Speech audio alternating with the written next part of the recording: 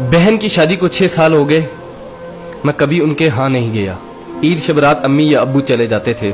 एक दिन मेरी बीवी मुझसे कहने लगी कि आपकी बहन जब भी घर आती है उसके बच्चे घर का हशर नशर कर देते हैं, और आपकी माँ जो हमसे चुप चुपा कर कपड़े, साबुन और कभी कभी को चावल के थैले भी भर के दे देती है।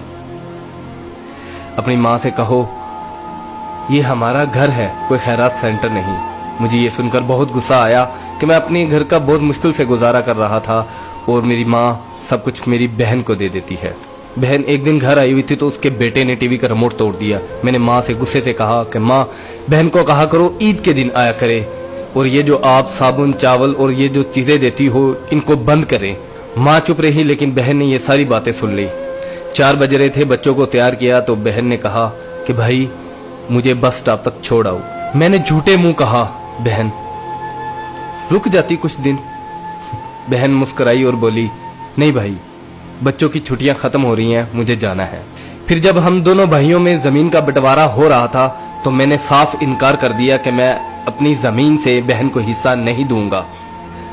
तो माँ ने कहा कि बेटी का भी तो हक बनता है। मैंने गाली देते हुए कहा जो कुछ भी हो जाए मैं बहन को हिस्सा नहीं दूंगा। मेरी बीवी ने भी बहन को बुरा भला कहा, वो बेचारी खामोश थी। बड़ा भाई अलहदा हो गया और मेरे बड़े बेटे को टीबी हो गया और मेरे घर के हालात खराब हो गए।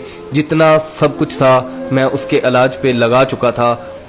मेरे पास इलाज करवाने के पैसे नहीं थे, मैं बहुत परेशान था। लाखों रुपए लगा चुका था और भूख सर पे थी। परेशानी की हालत में कमरे में बैठा शायद अपने हालात पे रो रहा था। उसी वक्त मेरे घर में वही बहन आई। मैंने गुस्से से बोला ये आगी मनहूस। मैंने बीवी को कहा कुछ तैयार करो बहन के लिए। बीवी मेरे पास आई और कहा कोई जरूरत नहीं गोश्त और बिरयानी बनाने की। फिर 1 घंटे बाद वो मेरे पास आई।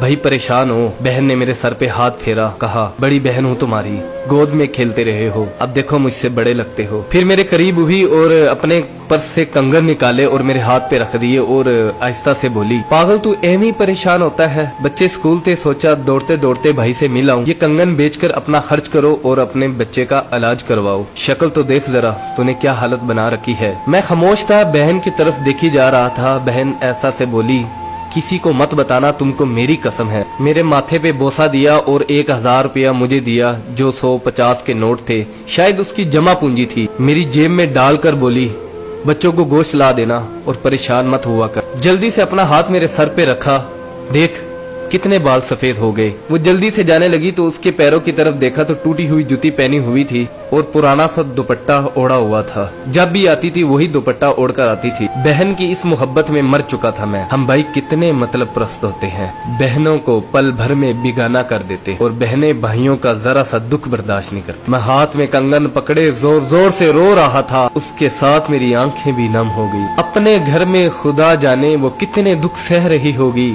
कुछ लम्हे के लिए अपनी बहनों के पास बैठकर हालचाल पूछ लिया करो, शायद उनके चेहरों पे कुछ लम्हों के लिए एक सुकून सा आ जाए। बहनें माँ का रूप होती हैं और भाई बाप का रूप होते हैं।